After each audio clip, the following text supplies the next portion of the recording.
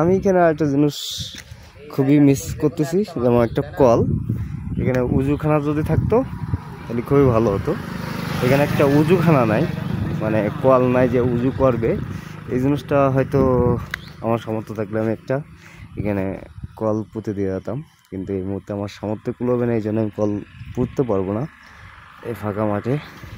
এখানে যে উজু করার কোনো বন্দোবস্ত থাকতে খুবই ভালো হতো, এখানে নাই। আমি আশেপাশে অনেক খুঁজলাম, কল নাই, কিন্তু কলটা দরকার ছিল এই জায়গাটা। ঠিক আছে,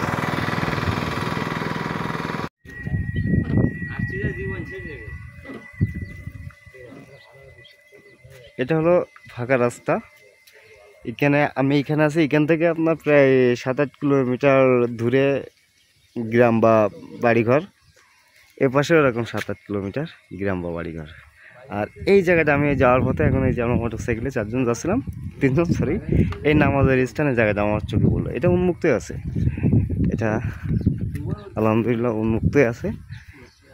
এর ভিতরে এই যে নামাজের স্থান, চতুর্থ সাইডে মাঠ, আর এই জায়গাটা হলো নামাজের স্থান। এখানে নামাজে পাটি দিয়ে আছে, তারপরে টুপি আছে। যেহেতু অবশ্যই একটু অপরিষ্কার, সময় থাকলে বা ইচ্ছা থাকলে একটু পরিষ্কার করে দিয়ে যেতাম। এটা হলো আপনার পাটি দিয়ে আছে, এটা খোলাই আছে, এখানে কোনো লক নেই। দেখছেন নামাজের স্থান, এই জিনিসটা আমার চোখে বাঁধলো, তাই আমি ভিডিওটা মোটরসাইকেল দাঁড়ায় ভিডিওটা বললাম।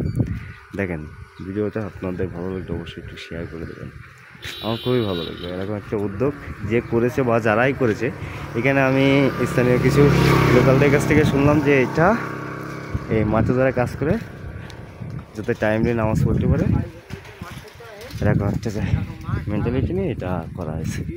যাই হোক আলহামদুলিল্লাহ, আমার খুবই ভালো লাগলো। ঠিক আছে, এখন নামাজের স্থান খুব সিমচাম, কালারফুল এবং চোখে বাঁধার মতন একটা জিনিস নামাজের স্থান। আমার খুবই ভালো লাগলো, খুবই ভালো লাগলো।